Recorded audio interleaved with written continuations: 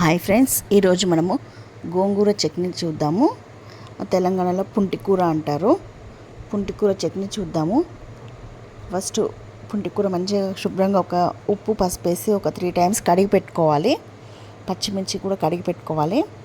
పచ్చిమిర్చి పుంటికూరకు సరిపడంత తీసుకోవాలి.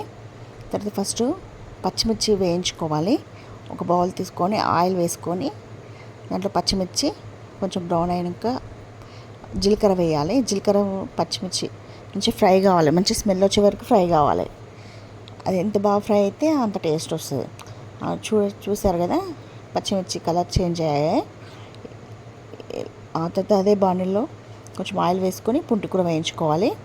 పుంటికూర మొత్తం మగ్గేసి, ఇప్పుడు బౌల్ నిండుంది కదా, అది మగ్గేసి ఒక 1.5 స్పూన్ అయ్యే వరకు వేయించుకోవాలి. దీనికి ప్రాసెస్ టైం పడుతుంది, ఒక 5 minutes. మంచి ఫ్రై అయిపోయిన తర్వాత నెక్స్ట్ ప్రాసెస్ చూద్దాము. మంచి ఫ్రై కావాలి, ఆ పచ్చి వాసన అంతా వెళ్ళిపోవాలి. ఆ వాటర్ ఏమేయొద్దు, ఓన్లీ ఆయిల్లోనే ఫ్రై కావాలి. చూసారు కదా, ఒక 10 minutesలో ఎంత బాగా ఫ్రై అయిందో. అసలు ఆకు అనేది కనబడకుండా ఫ్రై కావాలి. అలా అయితేనే దీనికి టేస్ట్ బాగుంటుంది. తర్వాత మిక్సీ బౌల్ తీసుకొని దాంట్లో పచ్చిమిర్చి, వెల్లుల్లి, జీలకర్ర, మెంతులు, ధనియాల పౌడర్, చేసిన పౌడర్ ఇంట్లో ఉంటుంది కదా, అది చేసి పెట్టుకోవాలి. ఎప్పుడంటే అప్పుడు ఇలా చట్నీలు చేసుకున్నాం అనుకో ఈజీగా ఉంటుంది. మెంతులు, జీలకర్ర, ధనియాలు చేసి పెట్టుకుంటే ఈజీగా ఉంటుంది. అది వేసేసి ఒకసారి మిక్సీ పెట్టుకోవాలి. పచ్చిమిర్చి, వెల్లుల్లి మిక్సీ అయిపోయిన తర్వాత గోంగూర వేసుకోవాలి. గోంగూరలో సరిపడ ఉప్పు వేసుకొని మిక్సీ పెట్టుకోవాలి. ఆ తర్వాత దానికి పోపు పెట్టుకోవాలి. ఒక 2 స్పూన్స్ ఆల్రెడీ పచ్చిమిర్చి ఆయిల్లో ఫ్రై అయిపోయింది.